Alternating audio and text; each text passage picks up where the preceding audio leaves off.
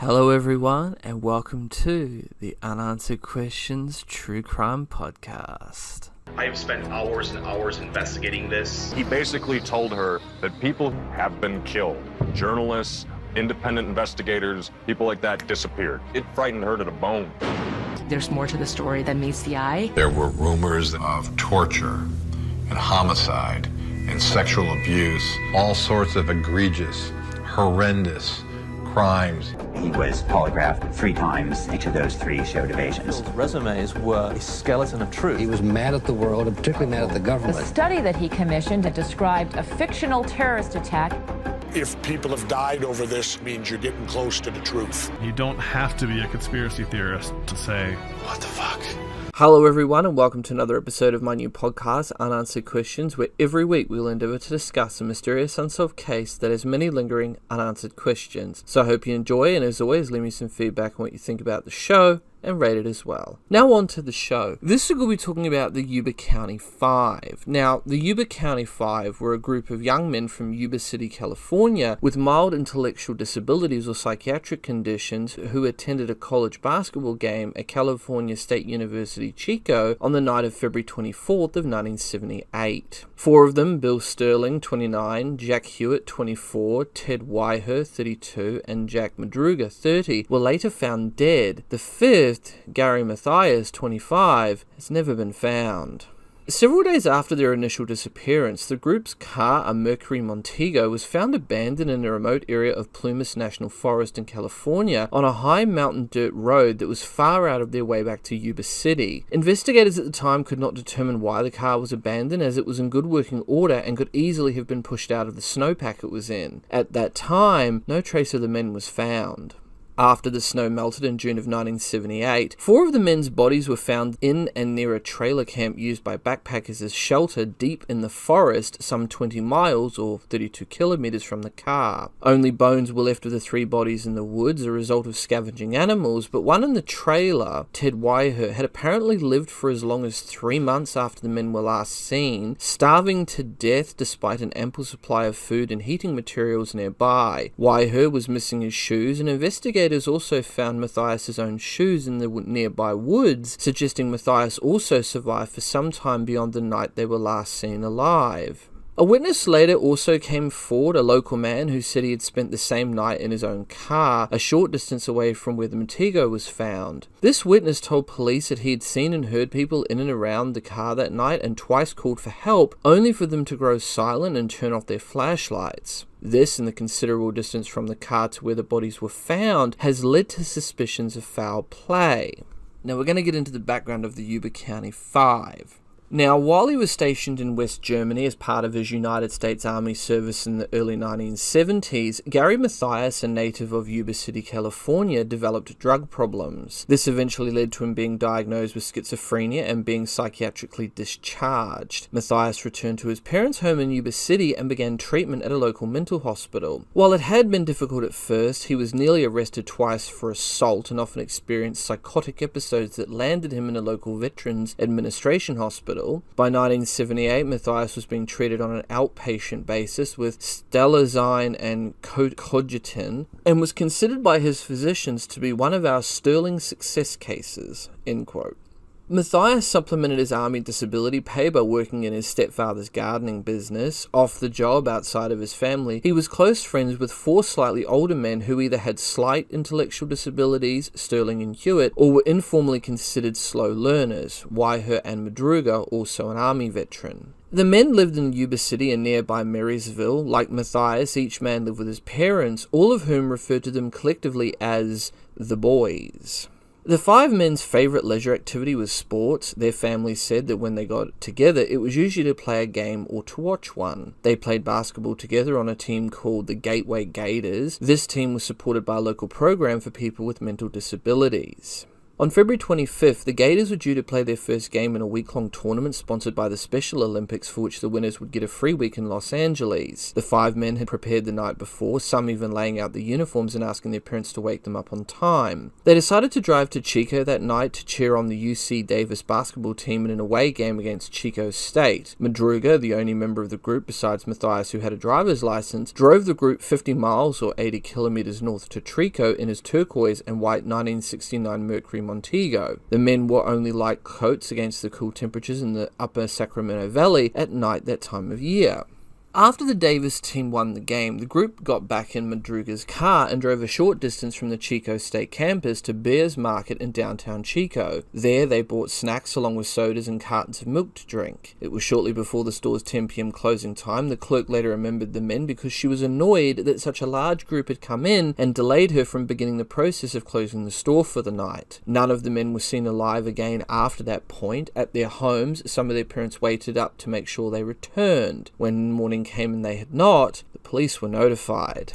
Police in Butte and Yuba counties began searching along the route the men took to Chico. They found no sign of them, but a few days later, a Plumas National Forest ranger told investigators that he'd seen the Montego parked along Oroville-Quincy Road in the forest on February 25th. At the time, he'd not considered it significant, since many residents often drove up that road in the Sierra Nevada on winter weekends to go cross-country skiing on the extensive trail system. But after he read the missing persons bulletin, he recognized the car and led the deputies to it on February 28th.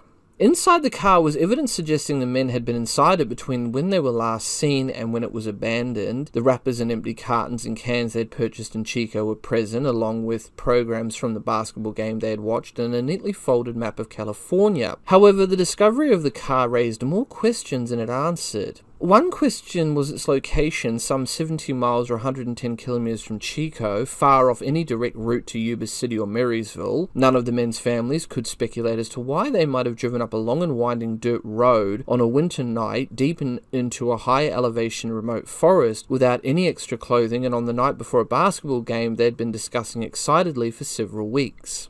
Madruga's parents said he did not like the cold weather and had never been up in the mountains. Sterling's father had once taken his son to the area near where the car was found for a fishing weekend, but the younger man had not enjoyed it and remained at home when his father took later trips there.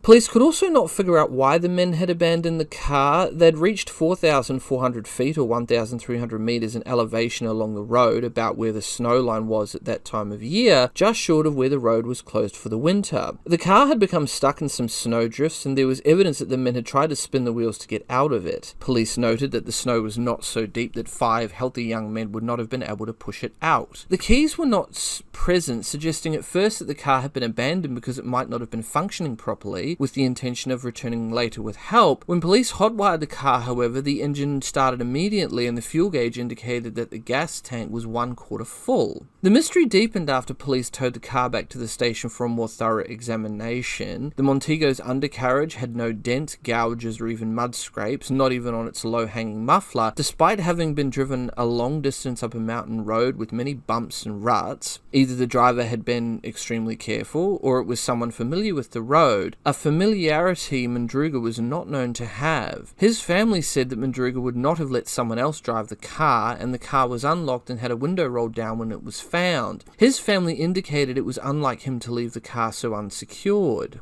Efforts to search the vicinity were hampered by a severe snowstorm that day, and 2 days later, after searchers and snowcats nearly became lost themselves, further search efforts were called off due to continuing bad weather. No trace of the men was found other than the car.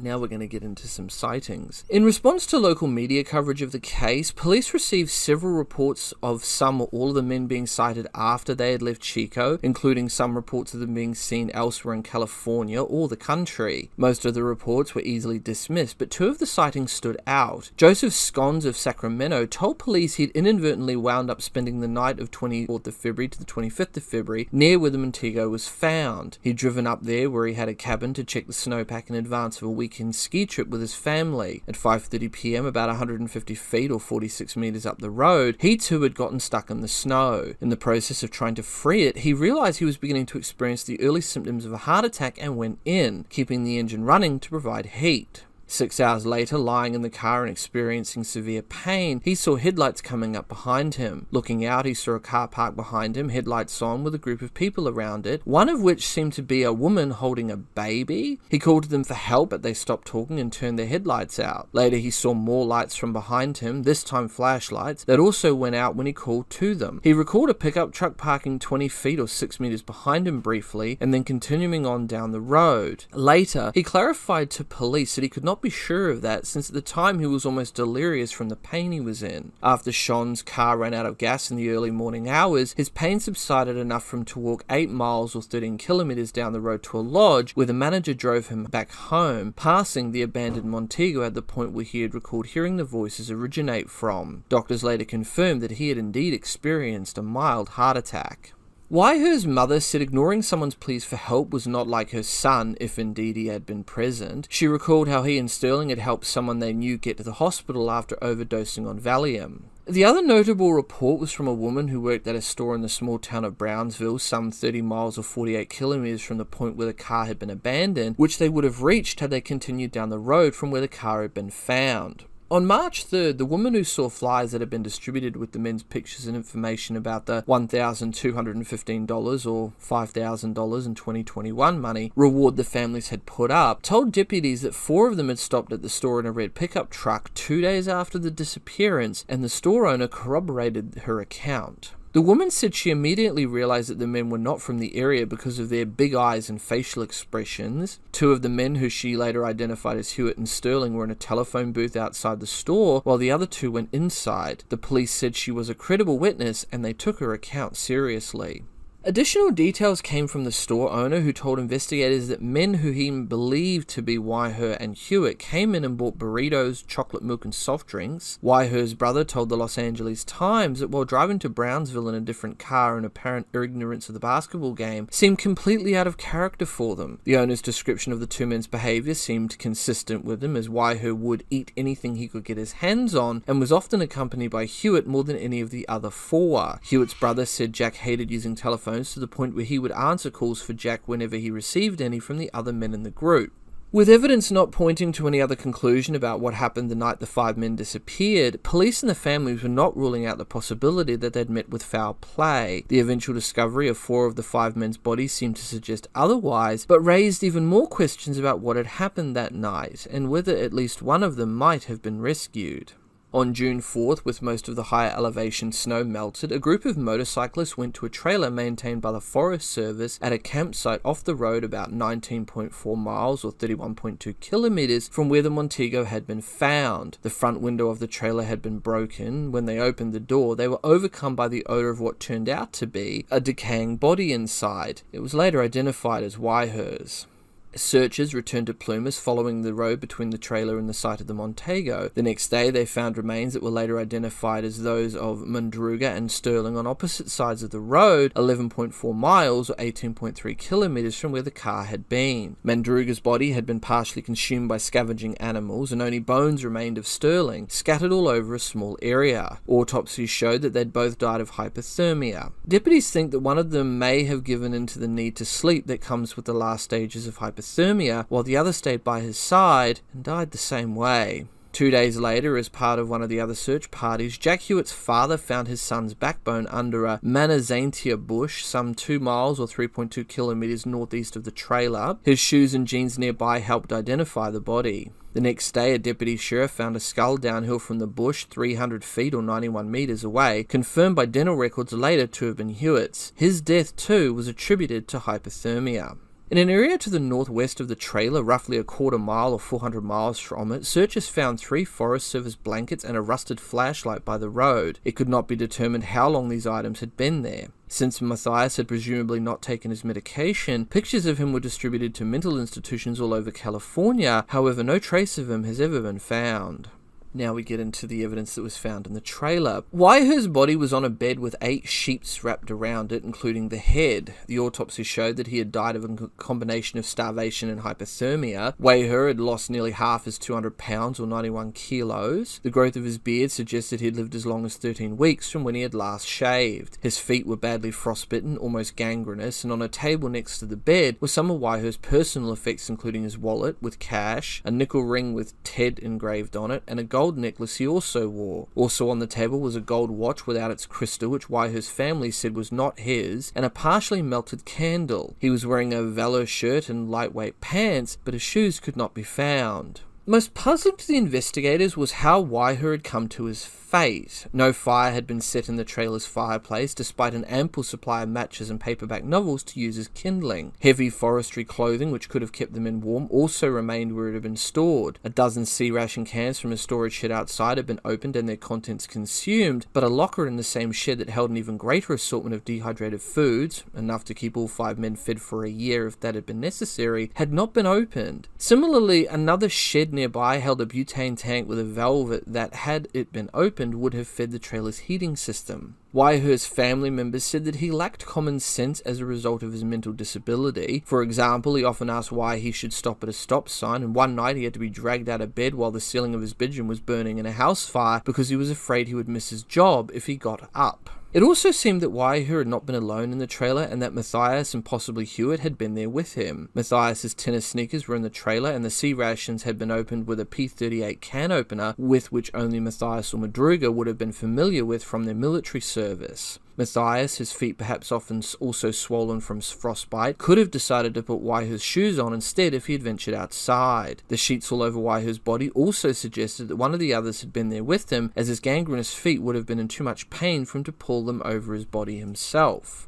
Now we get into theories on the case. Even knowing that 4 of the 5 men had died in the Sierra, investigators still could not completely explain what had led to their deaths. They still had found no explanation for why the men were there, although they learned that Mathias had friends in the small town of Forbestown, and police believed it was possible that, in an attempt to visit them on their way back home, the men may have taken the wrong turn near Oroville that put them on the mountain road. For whatever reason, the men had left the Montego. They had, instead of going back down the road where they'd passed the lodge that Shons later returned to, continued along the road in the direction they were originally going. Purposeful motion like that is not consistent with the circular patterns travelled by those who generally believe themselves lost. The day before the men went missing, a Forest Service Snoke had gone along the road in that direction to clear snow off the trailer roof so it would not collapse. It was possible, police believe, that the group had decided to follow the tracks it left through snowdrifts of 4 to 6 feet or 1.2 to 1.8 meters high to wherever they led, in the belief that shelter was not too far away. Most likely, Madruga and Sterling died of hypothermia about halfway through the long walk to the trailer.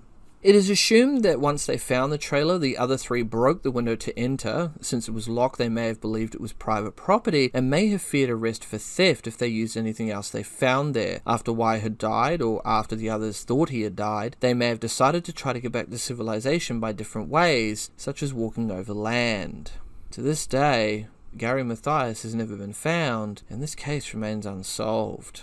With that, this case remains open, but with many unanswered questions that still remain unanswered. Please rate the show and let me know what you guys think about this and the many other cases I've covered. You can follow me on all major social media platforms, YouTube, BitChute, Dailymotion. I'm also on Twitter and Instagram. Links are all down below in the description. If you have a case you'd like me to have a look at or cover, don't hesitate to send me a message. I'm your host, and this has been the Unanswered Questions Podcast. Until next time, next on Unanswered Questions. Yuri Ivanich Nesenko, born October 30th of 1927 and died August 23rd of 2008, was a KGB officer who defected to the United States in 1964. Controversy arose in the CIA over whether he was a bona fide defector, and he was held in detention for over 3 years before he was finally accepted as a legitimate defector by the CIA.